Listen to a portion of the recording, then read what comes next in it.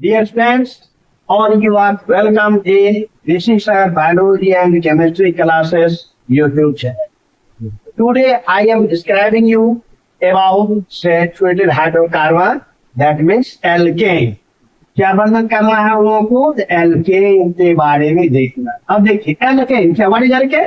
Alkene is a family of saturated hydrocarbon. क्या alkane है? तो सैचुरेटेड हाइड्रोकार्बन।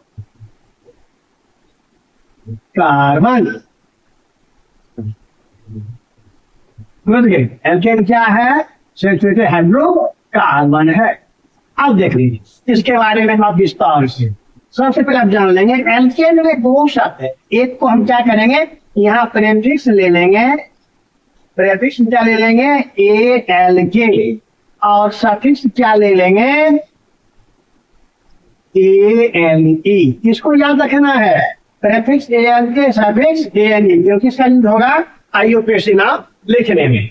अब देखिए एल्केन क्या है? Saturated hydrocarbon. अब देखिए एल्केन का एक होता है जेंडर फॉर्मूला। क्या होता है? Gender formula.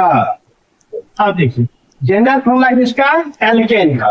क्या है फॉर्मूला? CnH2n +2। मतलब क्या हो गया? CnH2n+2। कार्बन अगर एक होगा, हाइड्रोजन क्या हो जाएगा? उसका दुगुना से दो ज्यादा हो जाएगा। अब इसके बाद पहले हमको फॉर्मूला निकाल लेना है। अब देखिए n बराबर 1 होगा, फॉर्मूला हो जाएगा CH4। नाम क्या होगा इसका? मेथेन। n का मान अगर 2 होगा, फॉर्मूला क्या हो जाएगा? C2H6। नाम क्या होगा इसका? एथेन। n का मान अगर 3 रहेगा, फॉर्मूला होगा C3H8 प्रोपेन। ठीक।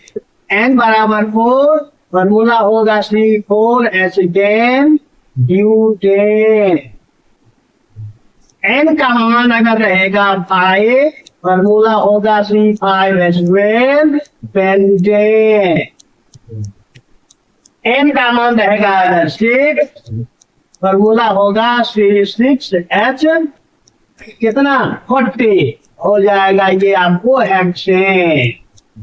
n का मान रहेगा अगर 7, फॉर्मूला होगा C7H60 हेप्टेन।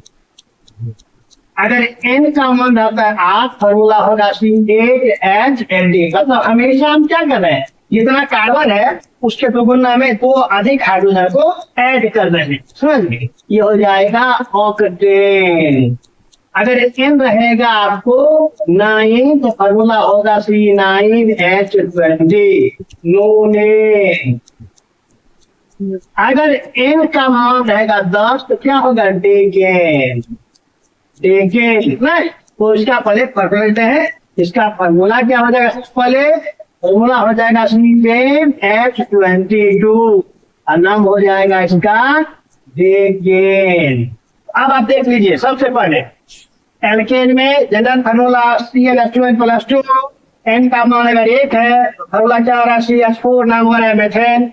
n का मान 2 C2H6 एथेन। n का मान 3 C3H8 प्रोपेन। उसी प्रकार से butane, pentane, hexane, heptane, octane, नोनेन। देख ये हो गया। अब आप इसके साथ एक और थोड़ा सा समूह देख लेंगे, तो फिर आगे इसका आईयूपीएससी नाम लिखने में सहूलियत होगी। अब वो क्या ग्रुप हो जाएगा? तो देखिए एल्काइल समूह, एल्काइल ग्रुप। क्या हो जाएगा आपको? Alkyl group. जब एल्केन से एक हाइड्रोजन एटम को हटा दिया जाता है, डिस्प्लेस कर दिया जाता है, तो क्या ग्रुप बनता है? Alkyl. When one hydrogen atom is displaced from alkane, then alkyl group is formed. तो क्या करेंगे? एल्केन से एक हाइड्रोजन ग्रुप को हटाया जाएगा, तो फिर इसका जनरल फॉर्मूला क्या हो जाएगा? एल्केन से एक हाइड्रोजन हटाना है, एल्केन का है CnH2n+2। एक हाइड्रोजन हटेगा, +1 हो जाएगा। इसका फॉर्मूला क्या हो जाएगा? CnH2n+1। अब ये क्या हो जाएगा? ग्रुप हो गया। ये हो गया ग्रुप। इसमें कार्बन का एक बॉन्ड हमेशा फ्री रहता है, फिर कार्बन में 4 बॉन्ड होता है, 4 बॉन्ड में अब मान लीजिए आपको पता है कि कार्बन में 4 बॉन्ड है और अगर आप इसको मीथेन बना रहे हैं, CH4 के क्या हो गया आपको मीथेन हो गया मीथेन। लेकिन अगर आप इसे एक हाइड्रोजन हटा लेते हैं क्या बन जाएगा, मिथाइल बन जाएगा, वो क्या हो जाएगा एल्काइल ग्रुप।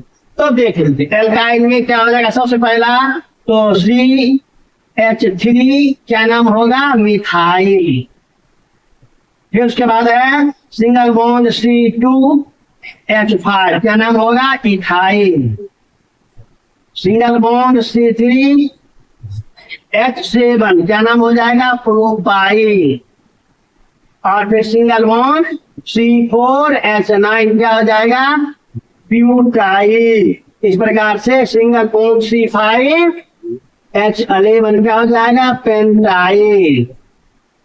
इस प्रकार से आपको हेक्साइल भी हो जाएगा, हेप्टाइल भी हो जाएगा, ऑक्टाइल भी हो सकता है, एंड सोन हो जाएगा ना। हमारे कहते हैं C6H13 C7H50 सब में सिंगल बॉन्ड कार्बन में लगा दिए हैं, मतलब कार्बन का एक एक बॉन्ड सब में खाली है, ये बॉन्ड लगा दिए हैं मतलब बॉन्ड एक एक खाली है। तो आपने क्या देख लिया कि एल्केन और एल्काइल का फॉर्मूला देख लिया, एल्केन फिर उसमें एक हाइड्रोजन ग्रुप हटा देते हैं, क्या बन जाता है हमको एल्काइल ग्रुप। अभी तक आपने जो देखा जो समझा, इसमें कहीं कोई अगर आपको परेशानियां होगी तो आप दोस्तों से कमेंट करेंगे। Thank you.